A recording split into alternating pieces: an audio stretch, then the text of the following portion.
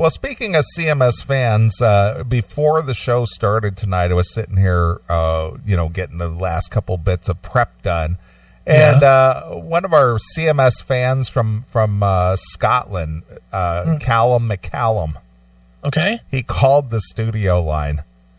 And he's got a very, very heavy accent, and I couldn't quite make out what he was saying, but I didn't know, I didn't know, but he thought maybe we were live already. Okay. And so I think he was calling in for some reason. I said, yeah, we haven't even started the show yet. Oh, okay. I'm sorry to annoy you. I don't mean to bug you. I'll let you, he just hung up. So Callum McCallum, if you're listening to the show, we are live now. So if you want to call in the next break and, let us know what it is what's on your mind. It's cool with wisdom. Me. Yeah. It's that whole time difference thing. Yeah. Which is such a pain in the ass. I was trying all week. Dude, it's one of the first times ever I actually gave up on doing an interview I wanted to do because I couldn't fucking coordinate the time. Yeah. I was trying, and it's a band that most people probably don't like in the CMS, but I do. So for me, it was one of those, I want to do it type of an interviews. It was the band Entombed. I don't know if you're an Entombed fan. I know the name, but I don't know the band at all. They're a little heavier than what we do, but I personally like them. So I was going to do the interview, but it was in CET time, whatever that is, and I kept sending over to the publicist who's in wherever, Germany or wherever CET is. I kept sending over, okay, I can do this time or this time. And they kept answering me back with, well, that doesn't work. And then they would offer me the same fucking time. It was like, can you do 8 p.m. CET or whatever it was. I don't know what the time was. Right. I was like, I looked it up and it wasn't like 3 a.m. or whatever. So I was like, yes, I can do that. So I wrote back, I said, yes, I can do 8 CET or 3 Eastern time, whatever the breakdown is. Right. And the guy would answer me right back with, no, can't do that. It's got to be 8 CET. And I'm like, you fucking dummy. I'm giving you both times so that you understand what we're doing. No, can't do that. I was like, all right, then I can't fucking do it. And I literally wrote back, I can't fucking do it then. Just done. I'm not going to do it. Right. Fuck it. So stupid. It's like, they can only do it on their schedule. You'll have to make the accommodation. And I was trying to make the accommodation. Yeah. All I was offering was what their time and my time was so that I was sure we were on the same fucking page. Yeah. It's like, yeah, fuck you then. Entombed's not that big of a deal. Right. Well, Jesus. that happened with me with Michelle Cath, Terry Cath from Chicago, his daughter, right. When she was promoting the release of her video a year or so ago. And, I was just like, hey, we'd like to get you back on the show, and get the lowdown on the video. What days are you available? Well, I'm available on Tuesdays between 11:59 a.m. and 12 p.m. What? I'm making a joke. All right. You know what I'm saying? Yeah. The time frames were so limited or so, and it's just like, well, I work during this time. If you want to pre-record, you could call during the show like you did last time. Well, I got a gig on, Saturday nights and this and that. And it's like, well, let's do it on no, that isn't going to work either because I got this going on and that. So after like 6 attempts, I just gave up. Yeah, just fuck you. I was just like, you know what? You can't work with me here at all. Yeah. I'm doing it for you as a courtesy. Yeah, I'm doing it out of personal interest. Yeah. Yeah, you know what? Our show, and believe me, with Michelle Cath, our show's not going to be fucking... We're not going to get any emails saying, hey, where's that big Michelle Cath interview? I was really wondering about her brother that blew his head off. Her father. Father, whatever. Yeah. See, I didn't even know. Yeah, but, we did have her on the first time, and people seemed to take some interest in that, and she did sell, she did raise the money and things and did this documentary that, ended up on Netflix or Amazon and stuff. Right. And it was pretty good, But, and I thought, okay, let's get her back on. But now you're not important enough. Well, I guess. I don't know. You've lost importance now that the project's done. Apparently so. Typical. Yeah. So anyway, you know, you and I enjoy doing interviews when we get a chance, especially if it's something that's like even like I know like most recently for you, like the Johnny Gioli. That was a cool thing because Johnny, in my mind, in your mind, legendary singer. Sure. You know, recognizable voice, maybe isn't a household name for whatever reason why he's not a household name, even though he should be. Sure. And that was like something you didn't want to miss. Right. And he was willing to do it on video, which was cool. That was actually fun, doing it on video. He actually, I don't know if I told you this, but he's committed to doing something with us on the Top Secret thing. Okay. Which we got to do that tomorrow. Literally, we have to do that. Well, whatever, dude. I'm around. I know. I just keep forgetting. But that was a good one. I sure didn't let my foot stop me from shaking the heavy metal tree with Marzi, did I? With Marzi? Marzi Montazeri from... yeah. The whole Pantera thing, yeah. Dude, did you hear I know you didn't listen to the whole interview, but did you hear the one segment, just the segment that made news everywhere? Did you hear it? Yeah, I heard it. What about it? It didn't... I didn't understand what the big uproar was It about. wasn't a big uproar to me. When I heard it, I didn't think it was controversial at all. No, but man, the Pantera heads came out of the woodwork. Yeah.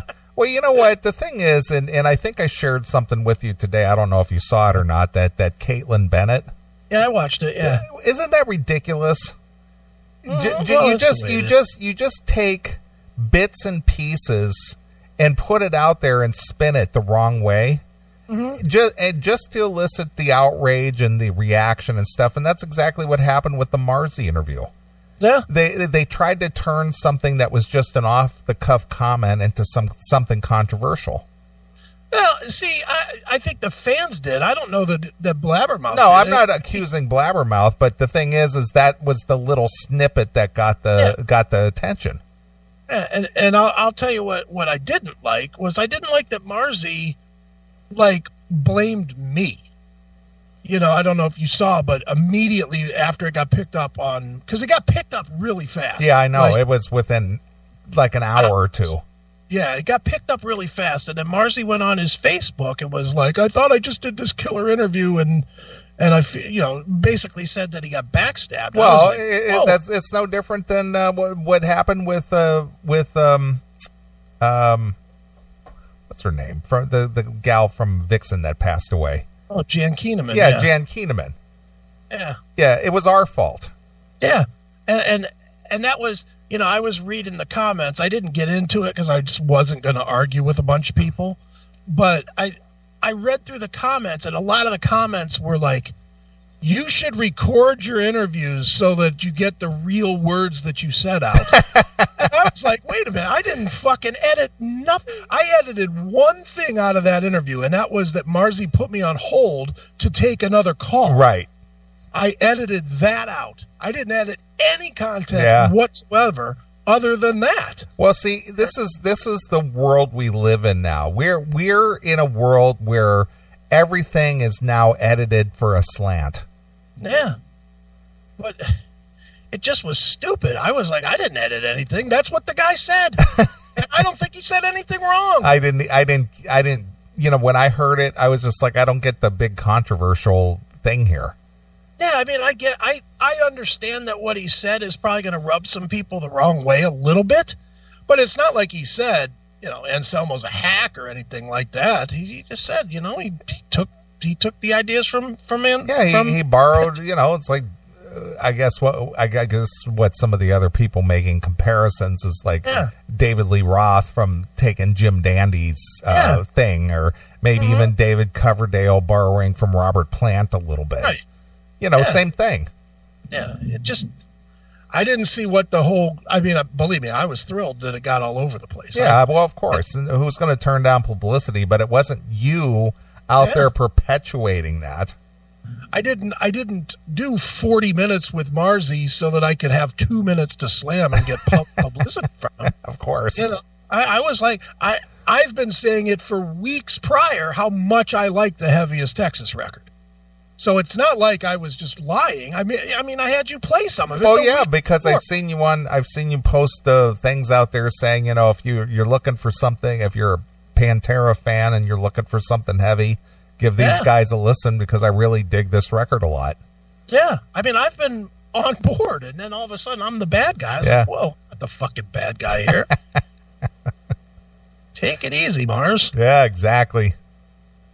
Police yourself if you don't want fucking negative publicity about what you say. Right, of course. Who else blamed us for something? Said that we set them up and all that kind of other stuff. Frost. Yeah, well, Jack took off. Yeah, he kind of busted on us saying, "You guys screwed me over, man." I didn't think anybody would hear it. Well, you said it on the radio. Oh, that's funny. That was one. We've had several. Midnight. Oh, yeah, that was another one, yeah. And Glory guys with... Oh, yeah, that's right, Vainglory. No, well, Vainglory, too, yeah, Kate French. Yeah, Kate French blamed us. Well, they said, and they did this, and they set me up. Yeah, Kate French was one. Remember the Crimson Glory guys? How mad they were at us. Oh, yeah, of course. They were mad at us because we said that Midnight drank himself to death, which I still stand by that. Which he did. He did. Well, speaking of another thing, and I learned something from Sticks and Hammer this week. Yeah. And this, of course, is fanboy defense stuff, the tech geek defense stuff, I should say. Okay. Is that during one of his little, 10-minute rants there, he I won't say he casually slipped it in. He just nonchalantly slipped it in. He said he was talking about he had broken his computer, right?